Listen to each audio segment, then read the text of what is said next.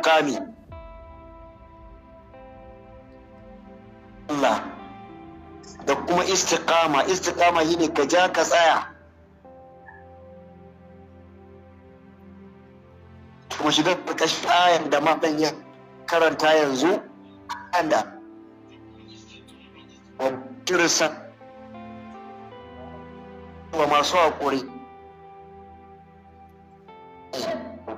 Allah ya ce ga sunan alladhina idza asabatuhum musibatun, idan wata musiba, wata jarrabawa, wata fitina ta same su a wannan hanya na da'awa, aka cutar da su, kama a kai mutum kurkuku ko a ɗaure shi ko a buge shi ko a walaƙanta shi ko a kore shi a gari, duk wani abu da ya shafi na jarrabawa, to abinda suke cewa suka ce mu daga Allah muke kuma gare shi za mu koma. Ba za su zo suna zargin wani ba sai da nan wannan fito na fito ne da kaddaran Allah, kuma ya saba mu abinda wannan aya take dauke da shi. Don Allah ya ce ulaika alaihim salawatun min rabbihim wa rahama, su irin waɗanda da suke yin haƙuri akan jarrabawa, akan musiba, Allah ce waɗannan suna da aminci daga wurin Ubangijinsu Allah, kuma wa'ula'ika humul muhtadun, waɗannan su ne suke kan shari'a. Allah ta sama kan shari'a. Idan muka dubi baya, annabawan Allah da manzannin Allah da salihan bayi da suka gabata dukkansu akan wannan da'awa ta tauhidi an jarrabe su, wasu an kai su kurkuku kamar ayyamabinan Yusuf alaihi salatu wassalam, kamar shekul islami ibn taimiyya, kamar ibn al-qayyim almajirinsa, da sunan da rututu waɗanda aka kai su kurkuku amma sun yi hakuri. Shekul islami kan ba a kurkukun ya mutu, amma kamar ainihin shi annabi Yusuf alaihi salatu sai da shekara 10 a kurkuku ya yi hakuri, ya ci jarrabawansa. Imam Muhammad bin Hanbal bayan kurkuku an buge shi, ya yi hakuri, ya ci jarrabawansa. Imam Malik rahmatullahi alaihi an buge shi, an daure shi, ya yi hakuri, ya ci jarrabawansa. To idan muka dubi magabata haka abin yake tafiya. Annabawan Allah, manzannin Allah, akwai annabawan da an kashe su, akwai manzannin da an kashe su akan wannan hanya ta tsarkake Allah ta tauhidi. To in haka ne kamata ne wannan jarrabawa mu samu ladan mu a wurin Allah. Amma idan muka ce ba za mu yi haƙuri ba, ba za mu yi haƙuri ba, za mu yi raki, wallahi za mu ɓata ladan mu kuma ba za mu ci jarrabawa ba. So haka nan annabawan Allah da manzannin Allah an jarrabe su iri, amma alhamdulillahi sun yi haƙuri, sun ci jarrabawansu. To mu ma abin da ake bukata da mu ni haƙuri don mu samu mu ci wannan jarrabawa, ya zanto ba gudu ba ja da baya, mu ɗauka duk abin da ya same mu ɗauka jarrabawa ne. Sai sa ba manzo Allah sallallahu alaihi wasallama yace ihris ala ma yanfa'uka, kai kokari kai kwadayin aikata abin da zai amfanar da kai, amma wasta'in billah, ka nemi taimakon Allah shi kadai. Wasta'in billah, ka nemi taimakon Allah. Wala ta'jas, kar ka yadda ka kasa a hanya, kar ka yadda ka yi raki, kar ka yadda ka kosa ji manzo Allah. Wa ina asabaka shay'un, idan wani abu ya same ka cikin wannan tafiya na kunci ko na jarrabawa, fala taqul, ba za na ce kar ka yadda ka ce lau anni fa'altu kaza la kana kaza, kar ka ce ai da ban yi kaza ba, da kaza ai bai same ni ba, da na yi kaza da a'a.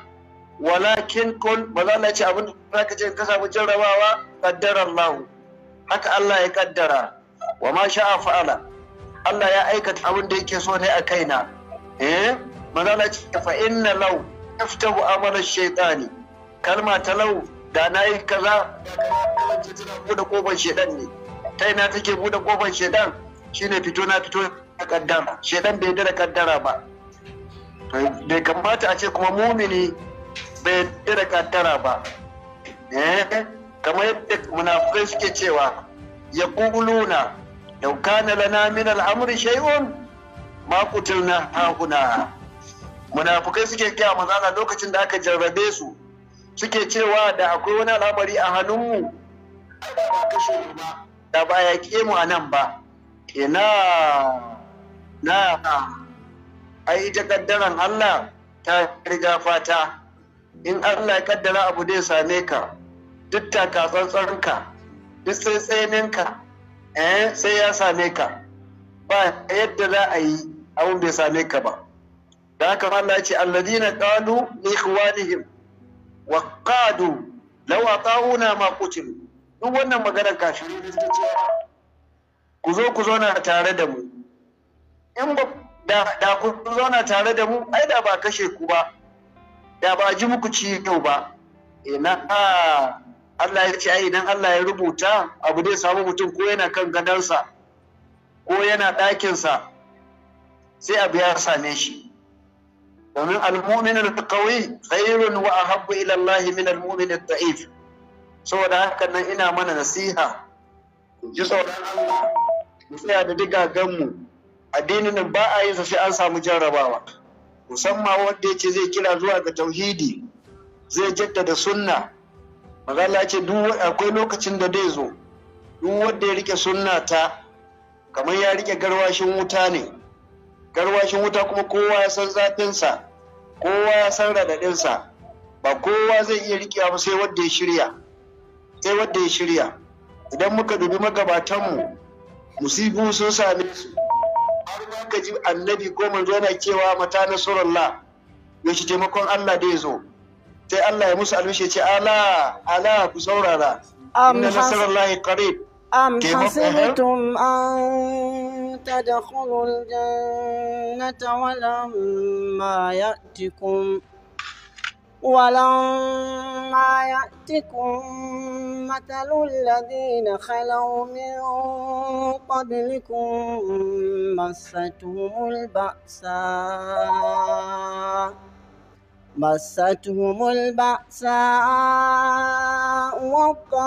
والضراء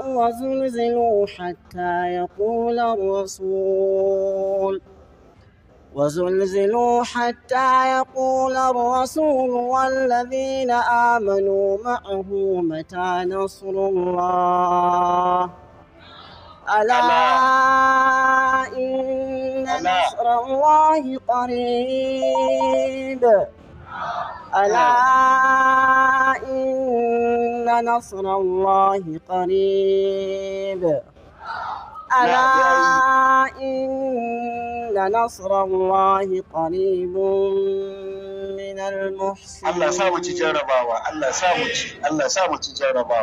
mu ci jarabawa. ألا إن نصر الله قريب. Wallahi wannan shine tsammanin mu ga Allah, wallahi wannan shine zaton mu ga Allah. Amuna na mu Allah zato. Allah ya ce shin kuna zato kawai shikenan in kun ce kun yi imani sai a bar ku mu ci gaba da kuna sha'anin Bluetooth mode.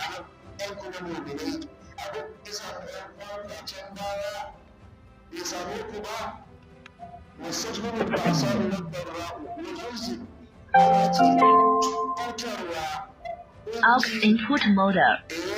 Fitintunu sun same su, hatta ya ƙular rasulu, har ka ji manzo yana cewa don suka imani da shi mata nasarullah, yaushe taimakon Allah ne zo, yaushe Allah da taimake mu kan Bluetooth mode. inna nasarallahi qarib, taimakon Allah kusa yake, wallahi shi ne Aux input mode. wata rana manzo Allah sallallahu alaihi wa sallama tun da hijira ba, tun da bai Makka ba, aka dinga cutar da musulmai, ana duka, ana ɗaure, ana kisa, ana azabtarwa. Lokacin da suka samu manzo Allah suka ce ya Rasulullah, wai ba akan gaskiya muke wani? Manzo Allah ce akan gaskiya muke. Shin Allah ba alƙawari zai taimake mu ba? Zai ce Allah ya alƙawari. To ya abubuwa da suke samu mu? Manzo Allah ce kuna yi da gaggawa. Bluetooth mode. Kuna ci da zuci. Manzo Allah ya tunasar da zai ce Aux input mode. an cutar da su. Duk wani nau'in cutarwa an musu, za ta kai mu a sa zarto kan mutum, a ce dawo ya bar tauhidi, ya bar kira zuwa ga addini, ya bar kira zuwa ga Allah, ba zai daina ba har a raba shi biyu. Da za ta yi kuka hakuri wannan addini zai ɗaukaka, zai je duk inda ba ya tsammani, za ta kai mutum zai taso daga sana'a take Yaman, ya ɗauro Makka da abin da zai same shi ba tsoron komai. Saboda hakan nan abin da ake bukata kawai dagewa, gogewa, haƙuri da cutarwa. Ai ba ma bambancin mumini da wanda ba mumini ba shine haƙuri da cutarwa. In an cutar da kai, ka yi haƙuri. In an buge ka, ka yi haƙuri. In an kai ka kurkuku, ka yi haƙuri. Haka hanyar take. In dai za ka faɗi gaskiya, kuma za ka kira zuwa ga sunna. Wallahi la ilaha illa huwa, ba za ka shirya da shugabanni ba, ba za ka shirya da talakawa ba. Kuma wani da kake tsammani za ku tafi da shi, wallahi ba kan kira ɗin nan kai wasa sun kun saba da shi. To amma saba hanku da wani ko cutarwar da wani zai maka sai ya sa ka koma baya, da ƙariyan da koma baya. Wallahi in ka koma baya ka faɗi, ba ci jarabawa ba, kuma ka rusa da'awanka, kuma ka rusa kanka, kuma mutane ba za taɓa yarda da ke zuwa gaban ka faɗi magana ba.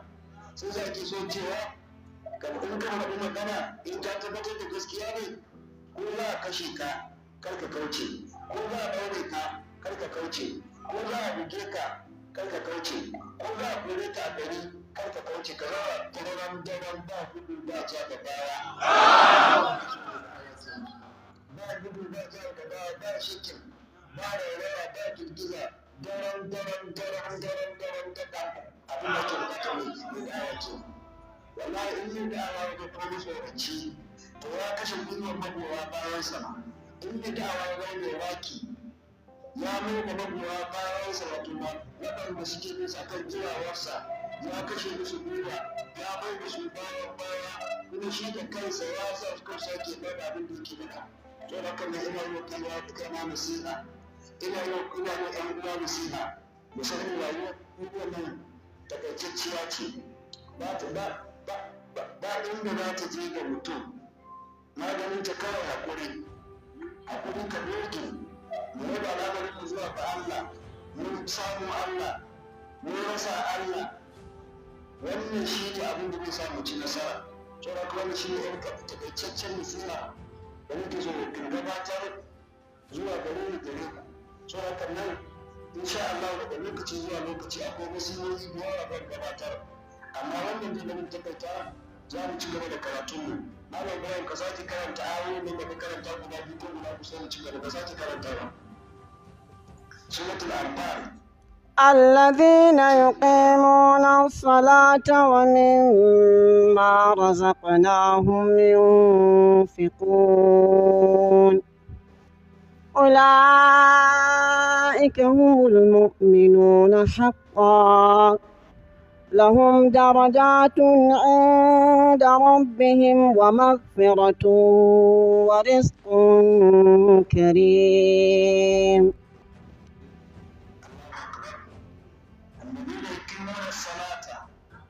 waɗanda suke tsaye da sallah, me ma'anar tsaye da sallah? Ba wani sallah kawai ba, yuqimuna salata, suke tsaye da sallah.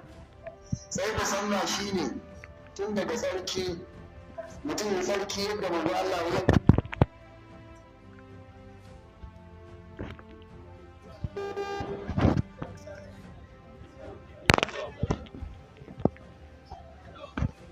Allah ku yau daga nan bane.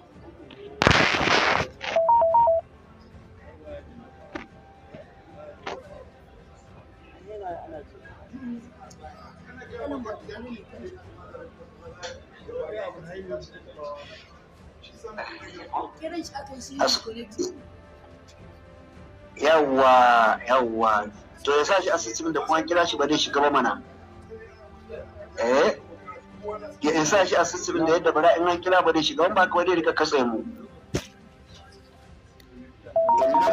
nuna dan ko kuma baya allazina yuqimuna salata su mu'mine waɗanda suke tsaye da sallah na ce ma'anar tsaye da sallah tun daga tsarki mutum ya yi koyi da manzon Allah sallallahu alaihi wa sallama ya yi tsarki yadda manzon Allah ya yi tsarki ya koyar sannan wajen alola ya yi alola da manzon Allah ya yadda ya koyar sannan sallah ya yi yadda manzon Allah wajen cika rukuni cika sujjada cika tsayuwa da sauran dukkan azkar na sallah mutum ya tabbatar da yadda manzon Allah ya yi Bluetooth mode. ku zo a nuna ya ce tsaron kamar aiki wani musalli ku yi sallah kamar da wani ke sallah da yadda manzon Allah ke sallah Bluetooth mode. akwai rubutuwa akwai cika ruku'i akwai karatu mai kyau akwai tsayuwa mai kyau da kuma yin sallah akan lokacinta ba sai lokaci ya fita ba lokacin da ne muhtari wato lokaci zaɓaɓɓe don haka samu waɗannan abubuwa wani ya zo mutum mai tsaye da sallah kenan ba wani yin sallah ba alladhina yuqimuna salata da suke tsaye da sallah sarki mai kyau alola mai kyau ruku'i mai kyau sujuda mai kyau karatu mai kyau iqama mai tahiya mai kyau salatin annabi da aka ja bakinsa duka in ka samu wannan mutum ya aikata haka to ya mai tsaye da sallah wa mimma razaqnahum yunfiqun kuma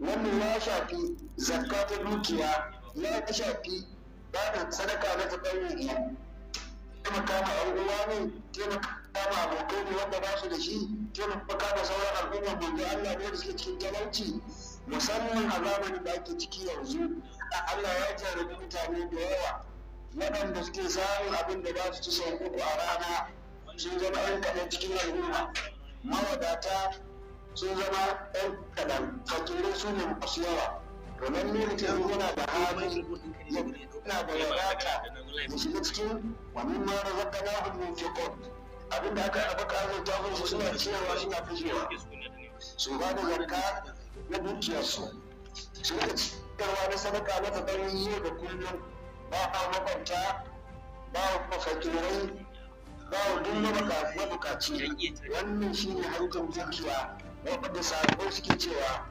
zahaba ahlul dusur bil ujur suka ce ya manzon Allah masu gudu sun tafi da lada musalluna kamar musallin suna sallah kamar da muke suna cikin sallah bai ta saddafa ne gudu da amwani amma ba su suna sadaka ba da sauran dukiyarsu bayan sun ci sun sami na biyan bukatar su yayin sadaka sai manzon Allah ce a'a kuma ku ce ga wata sadaka ku yi kan tamiri kukan talili yin takabiri shi ma da sadaka ne suka je suna yi masu kudi suna yi kaga masu kudi zamanin da ba sabai ga kudi ga addini ga kudi ga addini ga ciyarwa ga addini to zamanin duk masu kudin mu yau masu kudin mu yau suna da wani wajen addini suna da wani wajen ciyarwa kaga ai an yi ba yi ba wajen ciyarwa an samu cikas wajen riko da addini an samu cikas amma ba su kudin sa ga ciyarwa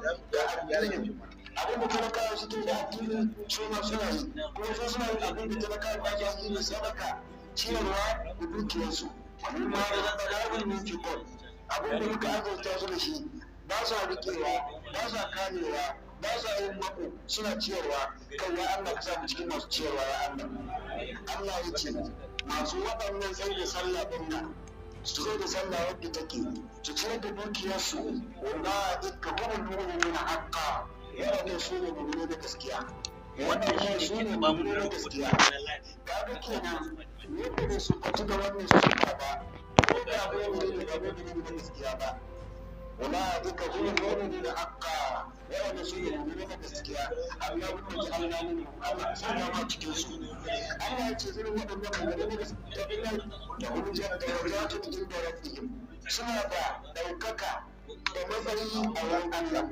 daukaka da matsayi din nan a duniya da lahira a duniya za su samu wani na da gaskiya mutane za su rika yabon su za su rika musu addu'a za su rika ambaton su da alheri ba za su rika kiran su masu mako ba ba za su rika kiran su da mutanen banza ba a'a sannan an ji lahira kuma a aljanna za su samu ɗan madaukakin na ɗaukakin aljanna jannatin firdaus sun sallah da ɗaukakin su sun shaɗa dukiyarsu ga tauhidi ga riko da sunna ba za ku cutar da kowa waɗannan da ya jata da rabbi suna da mukamai da daraja da ɗaukaka a wurin Allah da ba ka shiratu don sun yi kuskure ba sun yi wani laifi ba Allah yana gafarta musu Allah ka gafarta maka da rizqun karim suna da arziki mai daraja mai maɗaukaki shi ne aljanna duk abin da suke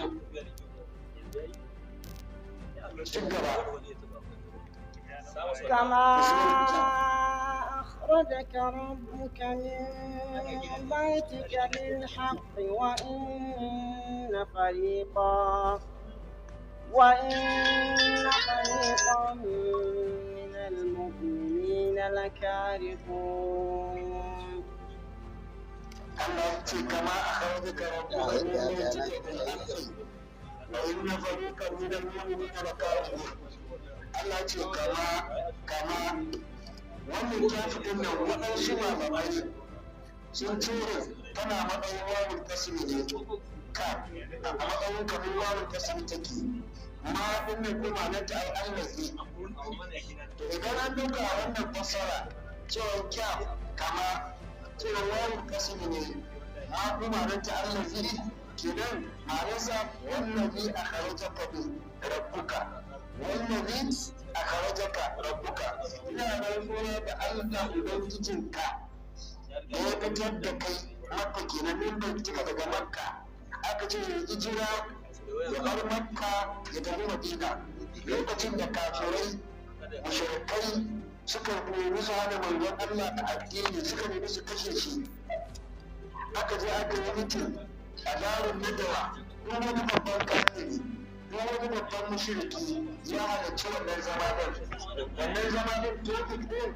shi ne ya za a yi da annabi muhammadu ya za a yi da shi shin za a bar shi ya ci gaba da bacin gumakarsu sun zata da uzza da manata da sauransu a da a bar shi koko a halaka shi mufadan suka ce a halaka shi ne suka ce a kore shi to wadanda suka ce a kore shi za ka ce a'a in ba ka kore shi zai je yin karfi ya dawo kai zai yake mu in muka bar muka ce da wani kore shi ya hijira zai je yin karfi mai tara magwa za su zai yake mu fa maganin sa ka kawai a kashe to da a kashe din aka ce to wata kabila ne za ta je ta kashe sai aka ce a'a in aka samu wata kabila da ta kashe shi to fa ɗan uwansa gurin shawa za su ɗauki fansa an kashe musu ɗan uwa ɗan ƙabilar su za ka ce to da za a yi za ka ci abin da za a yi a samu majiya ƙarfi matasa mutum goma daga kowace ƙabila daga kowane yare kamar misali yanzu mu ce a samu mutum 10 daga fulani mutane 10 daga bari mutane 10 daga inyamurai mutane 10 daga yarbawa mutane 10 daga nufi mutane 10 daga ikara da kuma sauransu a samun mutane 10 hikima haka shi ne ba za a yi ɗaukar fansa a kansu da baki ne ba da ya kwan kabila ko ce za a yi ɗaukar fansa yana yawa da ita to wannan ra'ayi ya samu karɓuwa a yanzu shi da kan makka aka taro mutane 10 kowanne aka ba shi makami cewa suka samu domin Allah su yi masa sara lokaci guda don suka masa sara lokaci guda ya mutu to an huta da shi an huta da sharrinsa an huta da irin wannan da'awa ta tada hankali na al'umma, na tada hankali na shugabanni, to an riga an huta shi. To shi kenan bayan sun daidaita sai aka sa mara raƙumi, aka ce to idan kuma ya gudu fa ba a samu a kashe shi ba, aka ce an sa raƙumi guda 100, duk wanda ya kamo shi ko a raye ko a mace ya ɗauki wannan raƙumi 100. Aka sanar ya manzo Allah ya zama wanted aka ne masa ruwa a jallo, aikin mushrikai kenan, aikin mushrikai azzalumai, wanted ruwa a jallo. To da ke Allah mai jin kai ne, ba abin da zai samu mutum sai abin da ya kaddara. Allah sai wahayi wa manzonsa ya ce masa ka fita ka bar garin Makka, ka fita ka hijira ka bar musu garin, insha Allah ce da yardan Allah din zai dawo Makka din ya fita. Manzon Allah da daddare ya je gidan Abubakar ya ce masa to fa an umurce ni na hijira, an umurci Abubakar Siddiq radiyallahu anhu ce an umurce ni na hijira na bar Makka, za ka yadda mutum tare? Abubakar ya ce zai yadda. Ka duba karfin imani na Abubakar, ya san fa zai bar gidansa, zai bar gonakinsa, zai bar dukiyarsa, da jikin da aka ci ba san dawowa ba, amma Abubakar ya ce ya yadda. Shikenan Malala ya je gidansa, ya ɗauki abin da zai ɗauka, ya shirya abin da zai shirya, ya ce Ali ibn Abi Talib ya kwanta akan gadonsa, mushrikai da su zo su ɗaukaka kamar shi ne, amma ba shi suke nema ba za su taɓa Ali ibn Abi Talib ba, don haka ne zai fita ya hijira. Malala sallallahu alaihi wasallama suka zo suka taru a kofar gidansa, su mushrikai din waɗanda aka turo ɗin mutane 10 ɗin. Allah da hikimansa, Allah da ikonsa ya sa bacci ya ɗauke su, har manzon Allah zo fita ba su sani ba, yayi gaba mushrikai suna bacci, masu mugun nufi, azzalumai, makiya Allah, makiya musulunci, makiya tauhidi. Allah zo ya wuce su. A wata ruwa ma kace sai da ya ɗebi ƙasa ma ya sassa a kansu, kowa ya tashi ya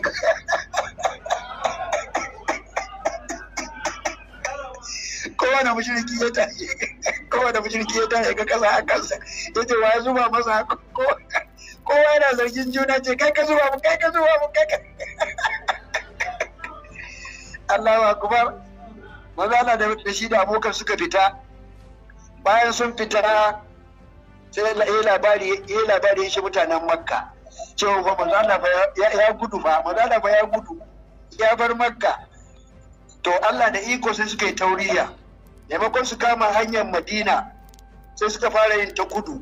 Kun san Madina tana ta arewa ne da Makka, to maimakon su yi arewa a bisawunsu sai suka yi baddabani, sai suka yi ta kudu.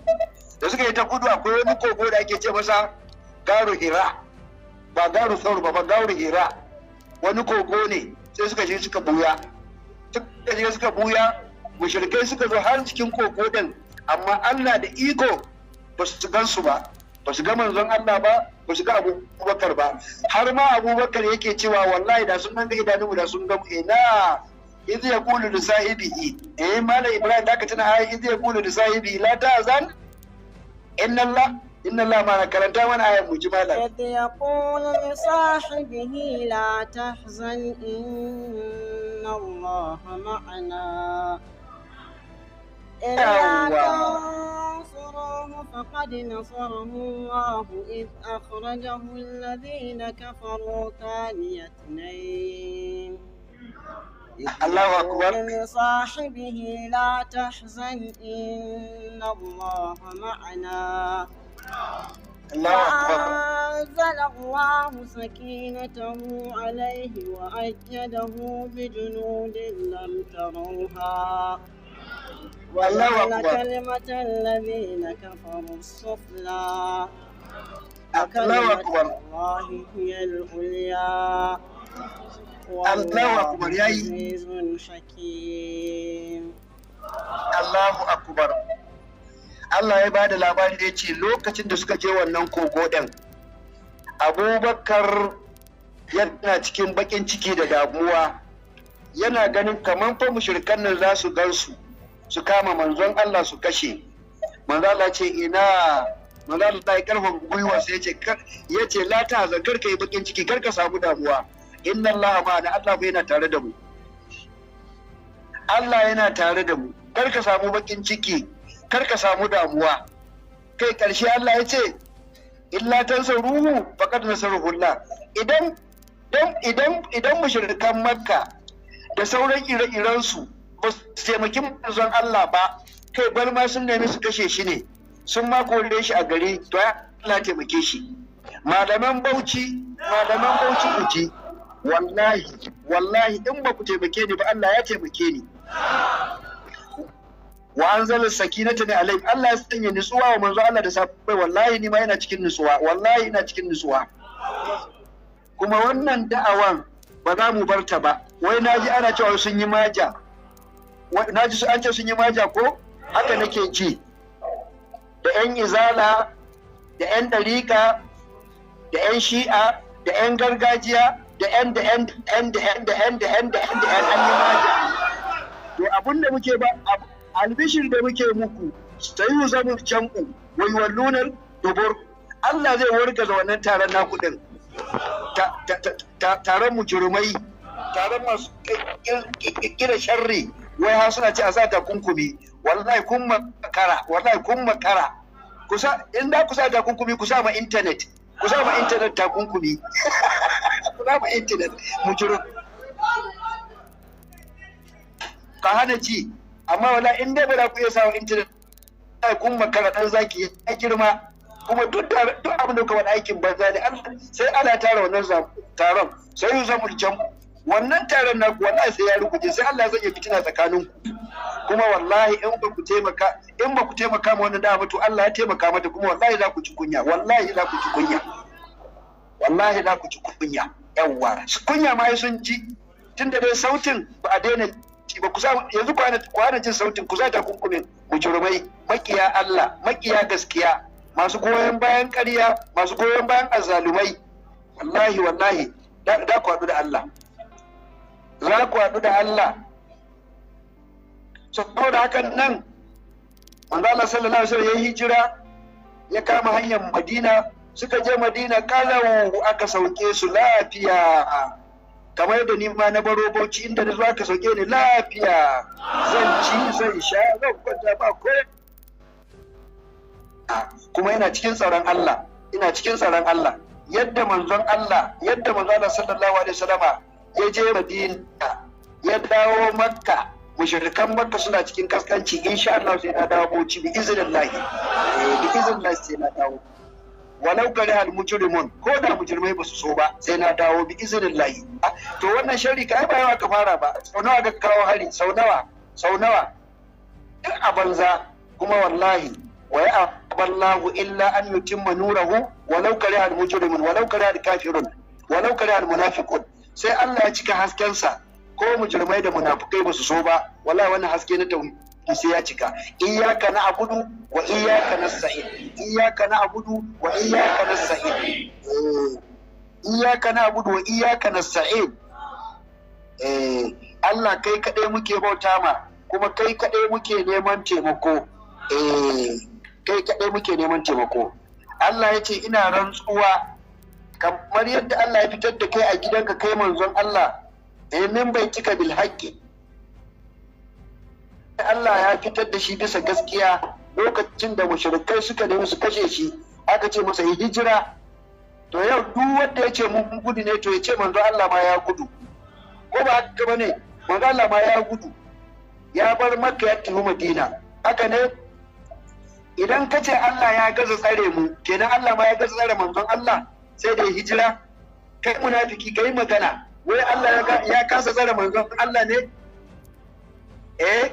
Idan kana ganin kana cewa ya Allah bai tsare ni ba, to ya kasa tsare manzon Allah ne ma shi Allah din? Kai munafiki, yi magana mana munafiki, wai Allah ya kasa tsare manzon Allah ne ya bar Makka? Ko Allah ba zai iya bane? Allah ba zai iya tsare shi bane? Sai bai iya. To me yasa ya bari ya fita? Jarrabawa a jarrabe mushrikan Makkan, shi ma manzon Allah ya jarrabe shi, ya bar ma'aifarsa, ya bar garinsa, ya tafi wani gari. Ka tuna ba manzo Allah ba, iyalansa ma yadda gaba suka bi shi, amma ana kallo ya basu. Har ma da ya fito wajen Makka ya ce ya Allah ka sani a duk dukkan ban kasa ba garin da nake so kamar Makka, amma gashi zan batta. Manzo Allah yana kuka ka ya batta. Allah ba dai ya tsare shi bane? Zai iya, amma me yasa ya bari? Jarrabawa, a jarrabe shi, a jarrabe mushrikan. Tunda manzo Allah ya bar Makka sun zauna lafiya, su mujriman sun zauna lafiya. Dan bai sa abin da ya same su. Fari, rashin ruwa, cututtuka, talauci, har wata shekara ake ce mata amur ramad. In ka daga idanu sai ka ga kamar hayaki sai da ɗauka hadiri ne. Ba hadiri ba ne, kura ce na rashin ruwa. Allah ya dinga jarraba su, kamar Allah ya jarrabe mutanen Fir'auna akan Annabi Musa, aka jarrabe su da fari, aka jarrabe su da kwarkwata, aka jarrabe su da kwaɗi, aka jarrabe su da jini, jarraba kala-kala. To wannan shine sakamakon al'ummar da aka zo mata da tauhidi, ta juya baya, ta kama faɗa da masu tauhidin ko da mai tauhidi din, wallahi sai ta kaskanta. Wallahi wannan al'umma ita da musiba kala-kala. Musiba kala-kala. A yanzu kowa ya san ƙasar nan Najeriya halin da ake ciki. Ga ya mun waye mai jin daɗi, da mai kuɗin da mara kuɗin, waye hankalin sai ke kwance, waye mai jin daɗin. Wallahi tallahi faɗa ne da tauhidi, faɗa ne da addini ya kawo haka. Ba wani mai jin daɗi, da mai kuɗin da mara kuɗin, da mai sarauta da mai mukamin, kowa cikin tsoro yake. Ka ji an ɗabi yara 200, an ɗabi wadancan 300, an kashe wane, an kashe wane, an kashe wane, kullum tashin farashi a sababin musibatin fa bima kasabat aydikum. Allah ya ce duk wata musiba da ta zo ku kuka jawo ta. Ba ku son masu gaskiya, ba ku son masu tauhidi, ba ku son masu raye sunna, kun fi son mabarnata. Masu raye sunna su ne wanted, masu tauhidi su ne wanted, masu aiga su ne wanted. Akwai wato shi kenan, mu je zuwa mahaukaci yawo kura, mu je zuwa mahaukaci yawo, mu je mu gani, mu je mu gani, mu je kama a kharaja ka rabbuka min baitika bil haqqi. Allah ya fitar da kai daga gidanka garinka Makka bisa gaskiya. Allah ma ce wa inna fariqan minal mu'minina lakarihun. Lokacin da manzo Allah ya tashi fita da hijira ya bar Makka, akwai wasu al'umma ma, akwai wasu yankin mu'minai ma ba so manzo Allah ya fita ba. Kuma kowa akwai dalilinsa da bai son manzo Allah ya fita. Bari ku ji dalili. Wasu dalilan su suna ganin idan aka ce manzo Allah ya bar Makka, ya yi hijira ta tafi Madina, to su ma sun san dole ne za a ce su bar Makka su tafi Madina. To wajen barin Makkan nan, wani zai bar gonansa, wani zai bar gidansa, kuma baya son ya bari. Wani ya san zai bar iyalansa, baya son kuma ya bari.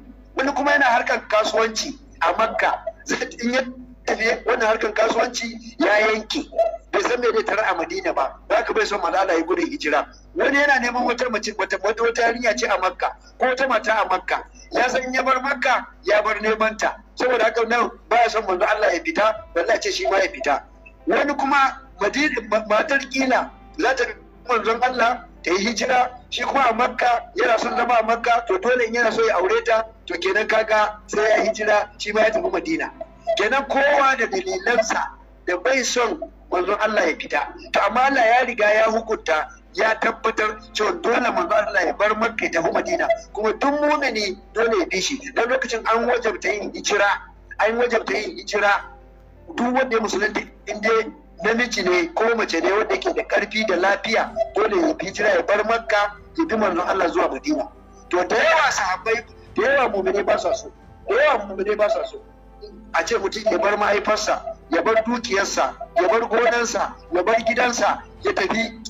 Na wa inna fariqan minal mu'minina karihun. Mu'minai da yawa ma basu ji daɗi ba. To ba ma can ba, yanzu ka ɗauka ni a matsayina wanda ba annabi ba, ba manzo ba wanda aka wajen kamar cewa ina hijira ya bi ni. To wallahi akwai waɗanda da yawa ba su yi hijiran nan da na yi ba, kuma suna tare da ni. To amma hijiran nan waɗansu abin da ya sa ba su so ba, shine suna ganin cewa karantarwar da nake musu, suna jin tsoron kada ya yanke, ba za su rika gani na ba za su ji sauti na ba. Amma Allah da ikonsa da ke Allah mai jin kai ne, Allah mai rahama ne, ko ba su ganni ba ga sautin yau suna ji. makiyan ma suna ji, mujriman ma suna ji, kuma ba yadda za su yi dole su ci. Ka sai gode ma Allah. A zamanin manzo Allah sallallahu alaihi wasallam babu wannan ni'ima din ta jin sauti din. Dole in dai kana so ka ji sautin manzo Allah sai dai ka je Madina. In kana so ka samu karantarwar manzo Allah sai dai ka je Madina. To amma yanzu kana garinka a Bauchi, kana kowace jiha, kana kowace gari, kana kasar waje ma zaka ji sautin. Ku gode ma Allah wannan ni'ima. Ku gode ma Allah wannan ni'ima. Kuma wanda ya ce zai sa ta kuma ya sa wa internet. Ya sa shabaka. Ya ce ya sa internet. Ya za mu shabaka. Dole kana mu gode ma Allah. Mu gode ma Allah. Allah ce wa inna fariqan minal mu'minina karihun, akwai wasu yanki ma na mu'minai ba su so hijiran manzon Allah ba, ba so manzon Allah hijira ba, to amma Allah ya riga ya hukunta, ya tabbatar dole a yi hijira din. Shine ma Allah ya ce yujadilunaka bil haqqi ba'da ma tabayyana. Ci gaba malam. يجادلونك في الحق بعدما تبين كأنما يساقون إلى الموت. يجادلونك في الحق بعدما تبين كأنما يساقون إلى الموت وهم ينظرون. يجادلونك في الحق har wanda suka dora suna jayayya da manzon Allah, suna jayayya da manzon Allah akan abin da ya shafi hijiran sannan ba sa so a yi, ba sa so ya yi hijira din. Ba da ma ta bayyana, bayan al'amari ya bayyana karara cewa Allah ne ya umarce shi hijira din nan, duk abin da manzon Allah yake yi yana yi ne da umarnin Allah bi iznillahi. Amma duk da haka waɗansu so suke manzo Allah ya bar wahayin da aka yi masa ya dawo ya aiki da ra'ayinsu, kamar yadda ko na mutane da yawa yanzu za su kawo shawaran ba daidai take ba, amma suna so dole sai an ɗauki wannan shawara. A'a, shawara akan yi nazari a kansa, in an ga ya dace a ɗauka, in bai dace ba a bar mutum. To kada mu yi mamaki, ga wahayi ma manzo Allah wahayi ake masa, amma duk da haka yujadilunaka bil haqqi, akwai da suke ja'in ja akan wannan al'amari ba da ma ta bayyana, bayan al'amarin ya riga ya bayyana karanta umarnin Allah ne, Allah ne ya ce yayi hijiran. Da da aka ce su yi, su bar Makka su tafi Madina, ka annama yusaquna ila al-mauti, kai ka ce ana jan su ne zuwa ga mutuwa, kai ka ce ana zuwa su ne suka je Madina kawai da kashe su. Da aka sai sa da yawa mutane ba sa so, suka dinga ja'in ja. To amma in Allah ya hukuncin sa dole a bi, dole a bi. To haka nan da yawa waɗansu mu'minai ba su yadda da wannan maganar hijira ba, hankalinsu ya tashi, kuma kowanne da dalilinsa. Wani ba so ya bar abokansa a Makka ya je Madina, wani bai so ya bar danginsa kafirai wanda ba su musulunta ba so ya bar su ya tafi Madina. Waɗansu ba sa son su bar dukiyarsu, su bar gidajensu, su bar gonakinsu, ba ka suke ta ɗora ja'in ja, suna ta ɗora ja'in ja. Bayan abin ya bayyana musu kuma wahayi ne, gaskiya ne. Saboda hakan nan manzon sallallahu alaihi wasallam ya yi hijira ne da umarnin Allah. Aka ce ya bar musu Makka ya tafi Madina, kuma kowane mumini wajibinsa ne hijira, sai sa sahabbai suka dinga yin hijira. Wasu mata da su a hanya, a kwace ɗan kuɗin da suka ɗauka, a kwace ɗan guzurin suturar da za su yi, haka aka dinga yi. Wasu aka dake su, wasu ma aka sa sai suka zaki manzon Allah don wulakanci, irin gidan Ammar bin Yasir, irin gidan Ammar bin Yasir, sai da aka jarabe su da irin wannan, aka ce su zaki manzon Allah sallallahu alaihi wasallama. Sau da kan nan, ko ni yanzu wani ya ce wai ya tsare ka ko da ya ci maka mutunci don ka zage ni ba wani abu bane, amma kan aqidan ka karka kauce. Sai za su Ammar bin Yasir ba su kauce kan aqidar su ba a barin aqida ita ba a sulhu akan ta, aqida ba sulhu akan ta. Iyyaka na'budu wa iyyaka nasta'in, daram amma in zagi ne zage ni ba komai. Haka nan wani bawan Allah ya zagi manzo Allah, Allah ce ba komai, tunda imanin ka yana nan sa ka aka yi. Yawwa, amma wani mara tsoron Allah ya zo har yana wai muƙarana da wani, wai har yana kawo kisa Ammar bin Yasir. Ai zalunci ne ma ka hada kisa Ammar bin Yasir da wannan abin da ya faru. Ammar bin Yasir ƙarya yayi? Ai ba ƙarya yayi ba. cewa kai aibanta maza Allah ya aibanta maza Allah ce gobe ma suka ce su aibanta ni ka aibanta ni su barka shine ya baka misali yanzu in aka ce ka zage ni mun a ciki amma ba kai ƙarya mu'mini baya ƙarya abinda ka san gaskiya ne ka zo ka ce ƙarya ne mu'mini yana haka ko da aka kashe shi zalunci ne ma kawo kisan Ammar bin Yasir a wannan gurin zalunci ne ba su da alaka sabai ba su ƙarya sabai ba su raurawa kan aƙidarsu sabai ba su shaki a kan aƙidarsu duk inda suka je suna bayyana ta ko da kashe su saboda haka nan mu ji tsoron Allah yujadilunaka fil haqq ba'da ma tabayyana ka'annama yusaquna ila al-maut wa hum yunzarun wa idh ya'idukum Allahu ihda at-ta'ifatayn annaha lakum